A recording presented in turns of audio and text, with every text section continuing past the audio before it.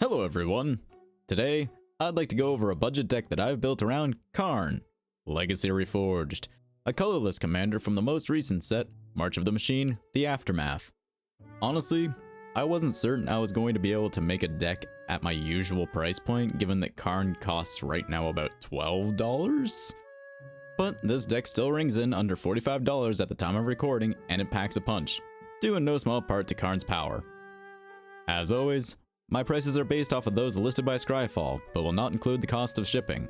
Regardless, let's get into this deck, starting with our commander, Karn, Legacy Reforged. So, Karn is a legendary artifact creature for 5 generic mana, and reads, Karn, Legacy Reforged, power and toughness are each equal to the greatest mana value among artifacts you control. At the beginning of your upkeep, add 1 generic mana for each artifact you control. This mana can't be spent to cast non-artifact spells. Until end of turn, you don't lose this mana as steps and phases end. So, that first part means that Karn's always going to be at least a 5/5, as he's worth 5 mana. But Karn can be further buffed by bringing out larger artifacts, which that second ability will really help with, as Karn can supply you with a massive amount of extra mana to work with each turn he's out, and that restriction on the mana is fairly easy to work around. First of all, by having a deck almost entirely of artifacts, but also because we're allowed to use that mana for activated abilities. So, our first goal with this deck is to ramp as fast as we can to get Karn out ASAP. Additionally, we're going to try to fill our board early on with some lower mana cost artifacts, including mana rocks, so that we'll get a bunch of Karn mana early on. We will then use our Karn mana along with our mana from our lands and our mana acceleration to cast basically anything in our hand, including some big artifacts, which will additionally buff Karn beyond his base 5/5, and we'll use some activated abilities, some of which are not particularly cheap, but are quite impactful. We'll also use some spells that either buff our artifacts or get buffed by artifacts, and some equipment to make our creatures even stronger. But ultimately, this is a deck that succeeds through all-out aggression. So let's start with our mana acceleration so we can get Karn out sooner than turn 5. First up is Liquimetal Torque. Then we have Palladium Mirror, which gives you 2 generic mana. Guardian Idol, which ETBs tapped, gives you generic mana, and for 2 mana can turn into a 2/2 Golem artifact creature until the end of the turn. Then we have Mannequin, Mind Stone, and Prismatic Lens, each costing 2 mana and tapping for generic. However, note that Mannequin is an artifact creature and thus will suffer from summoning sickness. And finally we have Planar Atlas, Worn Power Stone, and Everflowing Chalice. Planar Atlas ETBs tapped, but when it enters the battlefield, you may look at the top 4 cards of your library, and if you do, you can reveal a land card from among them, put that card on the top of your library, and then you put the rest on the bottom in a random order. This is great, however, as it helps ensure that you'll get another land drop. So let's just say you mulliganed into 3 lands in Planar Atlas as your starting hand. By playing Planar Atlas, you can rest assured that you'll either get that 5th source of mana that you needed to cast Karn by turn 4, or you'll have cleared off 4 non-mana cards from the top of your library, so that hopefully you will reach that last mana source. Worn Power Stone taps for 2 generic mana, but it ETBs tapped and costs 3 mana. And Everflowing Chalice can either be used early on as a typical 2-drop mana source that gives you 1 mana back, which will help get Karn out by turn 4, or, if Karn's already out, some of that Karn mana can be dumped into Everflowing Chalice so that it taps for a huge amount of generic mana, which may come in handy if someone ever sends Karn back to the command zone and you need access to a decent amount of mana to get him back. But now that we've looked at the cards that'll help us consistently get Karn out early, let's look at some artifact creatures that'll stand alongside Karn. Starting with our low drops, which will help fill our board early on, and will help Karn produce a bunch of mana when he's on the board. First up we have Ornithopter, a 0/2 flyer that costs nothing to cast, Hover Mirror with flying and vigilance, Mirror Retriever, which lets you return a target artifact from your graveyard to your hand when it dies, Mirror Custodian, which lets you scry 2 when it ETBs, but it also lets each opponent scry 1, Frogmite, which costs 4 mana to cast, but it has affinity for artifacts, which means frequently you'll just be able to play this on the board for free. And then we have Shambling Suit and Darksteel Juggernaut. Shambling Suit's power is equal to the number of artifacts or enchantments you control, and Darksteel Juggernaut has Indestructible, and its power and toughness are equal to the number of artifacts you control. Additionally, it attacks each combat if able. Both of these cards can get massive with the number of artifacts we can play in this deck. However, none of these creatures buff Karn beyond his 5/5, so we have some larger creatures like Scuttling Doom Engine, Sandstone Oracle, and Accomplished Automaton. of which Scuttling Doom Engine can't be blocked by creatures with power 2 or less, and when it dies, it deals 6 damage to a target opponent or planeswalker. Sandstone Oracle will give us some level of janky card draw, and Accomplished Automaton has Fabricate 1, meaning it either gets a +1/+1 counter on it, or you create a 1/1 colorless Servo artifact creature token.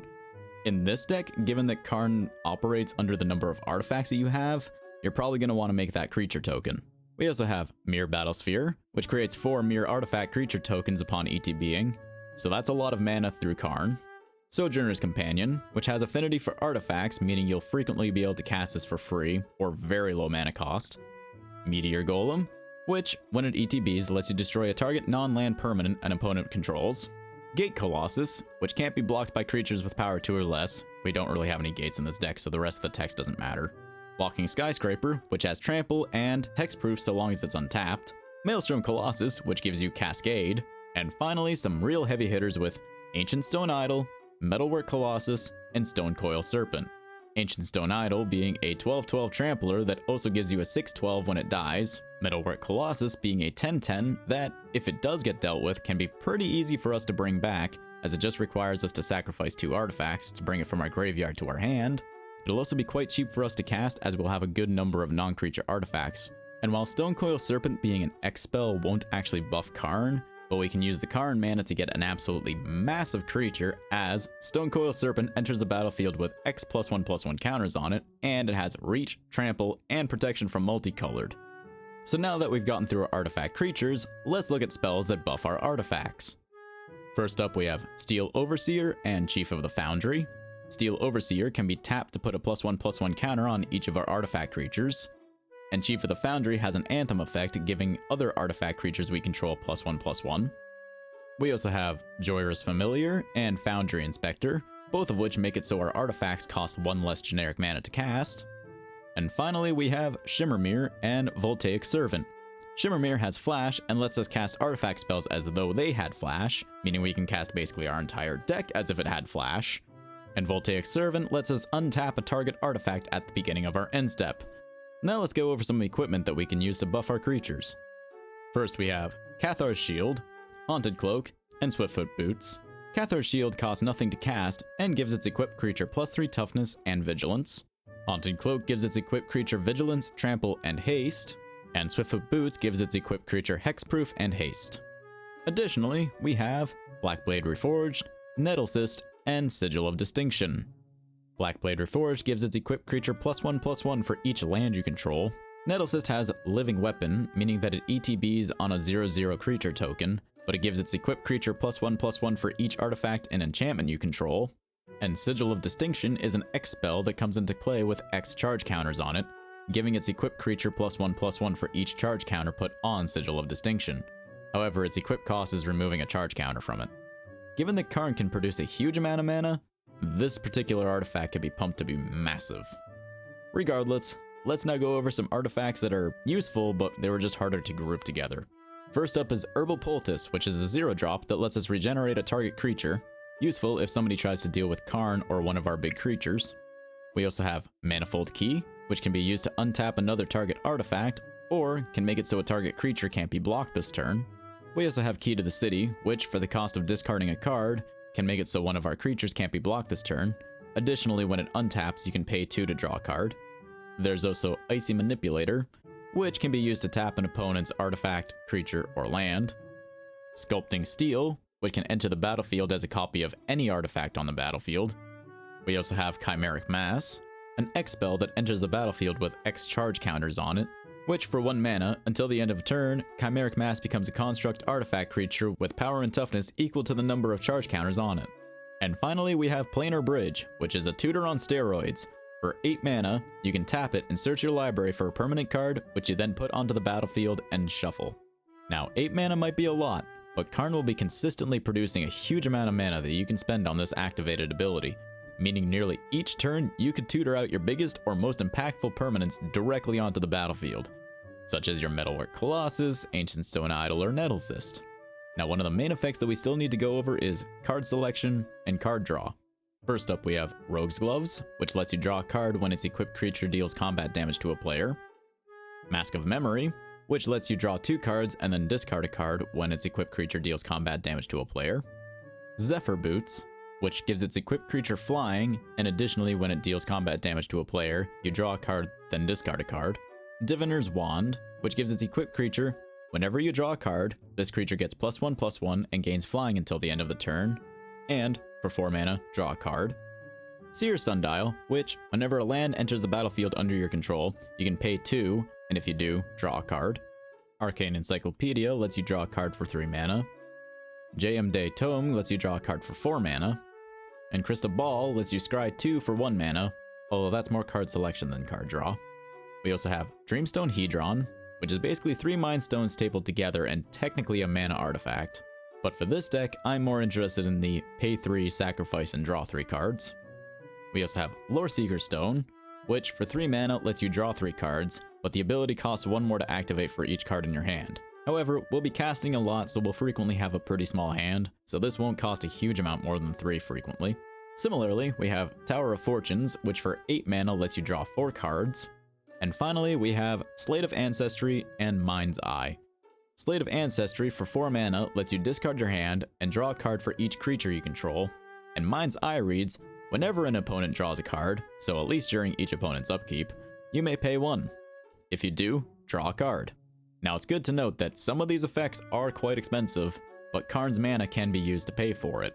However, if you have Mind's Eye out, that also means you may want to leave some lands or mana rocks available so that you can actually pay for the effect during each opponent's upkeep. Now unfortunately, Colourless is sorely lacking in instances, sorceries, and enchantments. However, there are a few that we have, so let's go over those briefly. These will also be some of the few spells that will actually have to use our mana rocks and lands to cast, as Karn's ability will not be allowing us to cast these. First up are a couple of sorceries with Expanded Autonomy and Introduction to Prophecy. Expanded Autonomy lets you put 2 +1/+1 counters on a target creature, and it gains Vigilance until the end of the turn. And Introduction to Prophecy lets you scry 2, then draw a card. We also have 2 instances with Titan's Presence and Spatial Contortion. Titan's Presence will have us reveal a colorless creature card from our hand, which will then let us exile a target creature if its power is less than or equal to the revealed card's power. And Spatial Contortion will give a target creature +3/-3 until the end of the turn. So this can either be used to make something like Karn even stronger during an attack, or you could use it to clear out a relatively low toughness creature. And finally, we've reached our lands. As there's no basics in this deck, there's going to be a lot of names to go over, but I'll first go over the lands that have additional effects that may be useful in a large number of situations for this deck. First, we have a couple Scry lands with Crystal Grotto and Zalfrin Void. We also have Guildless Commons, which taps for 2 generic mana but will have you return a land when it ETBs. We also have Darksteel Citadel and Power Depot, both of which are artifact lands and will count for any of the effects that look for the number of artifacts we control, including Karn's mana ability. We also have Tokasia's Dig Site, which lets us surveil 1, which is kind of like scrying, except instead of putting it on the bottom of our library, we put it into our graveyard. Ruins of Oran Reef, which can let us buff a colorless creature that's entering the battlefield that turn. Rogue's Passage, which can make a creature unblockable for a turn. Buried Ruin, which can be sacrificed to return a target artifact card from our graveyard to our hand. Mage Ring Network, which can be used to store a little bit of mana between turns, including Karn's mana. And finally, Sun-Scorched Desert, which lets us ping someone for 1 damage when it ETBs. Now, I'm going to quickly run through the rest of our lands that, for this deck, are mostly going to be used as replacement for wastes, as they enter the battlefield untapped, tap for colorless, and their additional effects are less likely to come up in any given game. These lands include Quicksand, Zoonotic Cavern, Underdark Rift, Mishra's Factory, Painted Bluffs, School of the Unseen, Shrine of the Forsaken Gods, Phyrexia's Core, Radiant Fountain, Ash Barrens, Drownyard Temple, Unstable Frontier, Stalking Stones, Shimmering Grotto, Cryptic Caves, Sequestered Stash, Temple of the False God, Naya Panorama, Roadside Reliquary, the Monumental Facade, Mouth of Runam, and finally, Urza's Factory, Voldaren Estate, and Throne of Makindi. Now let's take a look at that price. And as you can see, this deck is currently ringing in at around $44, though this does not include the cost of shipping.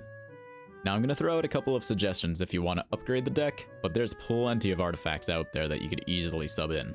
This includes Welding Jar, a much better version of Herbal Poultice, Spellbook, a 0-drop that lets you have no maximum hand size, Crypto Thrall, which gives other artifact creatures you control hexproof, Warping Whale, another one of the rare colorless interaction spells, Wandering Archaic, which makes it so whenever an opponent casts an instant or sorcery spell, they may pay 2, and if they don't, you can copy that spell and choose new targets for that copy, Unwinding Clock, which untaps all of our artifacts during each other player's untap step, Platinum Angel, which makes it so we can't lose the game and your opponents can't win the game when it's on the battlefield, and Triplicate Titan, which has Flying, Vigilance, and Trample, and when it dies, it creates 3 3/3 Golem artifact creature tokens, one with Flying, one with Vigilance, and one with Trample.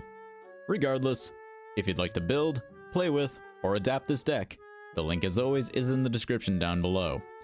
If you liked the video, consider giving it a like. If you'd like more budget commander decks, consider dropping a sub. Thank you for watching, and I'll see you in the next one.